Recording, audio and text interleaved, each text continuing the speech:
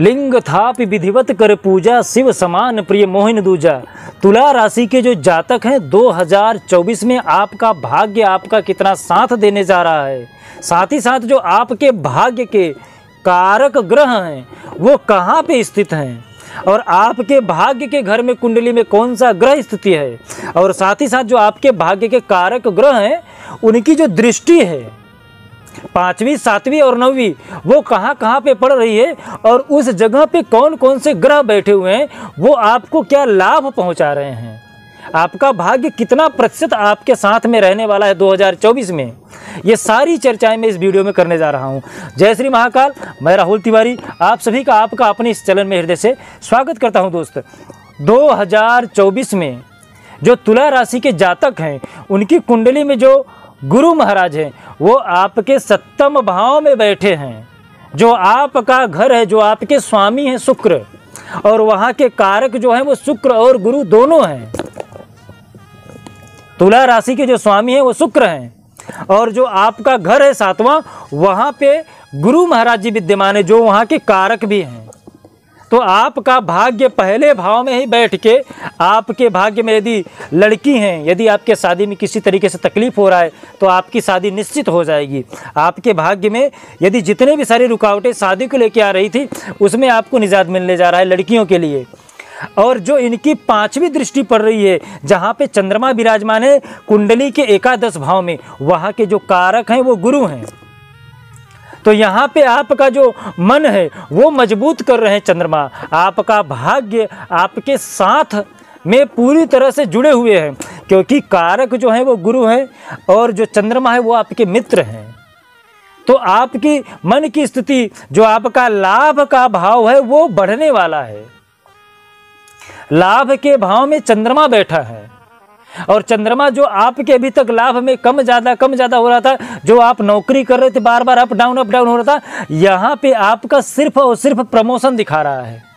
तुला राशि यदि आप कोई नौकरी कर रहे हो, बिजनेस कर रहे हो, लाभ का प्रमाण 2024 में मई तक आपका बढ़ता ही रहेगा, कम नहीं होगा गुरु के वजह, क्योंकि गुरु की जो 5वीं दृष्टि है वो आपके एकादश भाव में पड़ रही है, लाभ के भाव में पड़ रही है और लाभ के भाव में वहाँ पे चंद्रमा विराजमान है जो बार बार अप डाउन हो रहा था आपके आय में, लाभ में, वो बिल्कुल स्थिर कर देंगे और हमेशा ग्रोथ रेट पे दिखाएंगे। गुरु महाराज का जो 9वां भाव है वहाँ पे सूर्य और मंगल बैठे हुए हैं, वहाँ के जो स्वामी हैं वो मंगल हैं,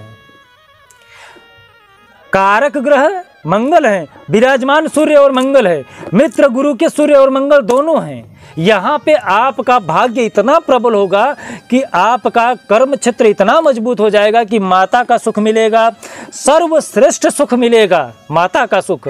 साथ ही साथ आपका जो लाभ का प्रमाण है वो बढ़ जाएगा, स्थिर संपत्ति में भूमि का विकास, मकान का विकास, साथ ही साथ आपके जितने भी विवाद चल रहे थे भूमि को लेके, जितने भी आपकी अड़चने थी कहीं पे ज़मीन को लेके, उसमें आप पूरी तरह से बचते हुए दिख रहे हो। कहीं पे यदि आपका केस मुकदमा वगैरह चल रहा था ज़मीन को लेके, वहाँ से आपको विजयी या कुछ ऐसा सफलता मिलने वाला जिससे आपको निजात मिल जाएगा।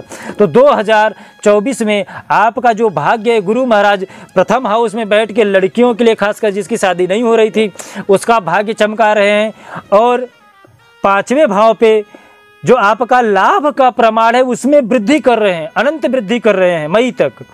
साथ ही साथ इनका जो 9वां दृष्टि है वहाँ पे सूर्य और मंगल बैठे हुए हैं जो दोनों इनके मित्र ग्रह हैं, कारक भी मित्र है और जो बैठा है वो भी मित्र है। तो 5वें भाव में भी लाभ दे रहे हैं और 9वें भाव में भी लाभ दे रहे हैं। तो आपका भाग्य आपके साथ 100% है।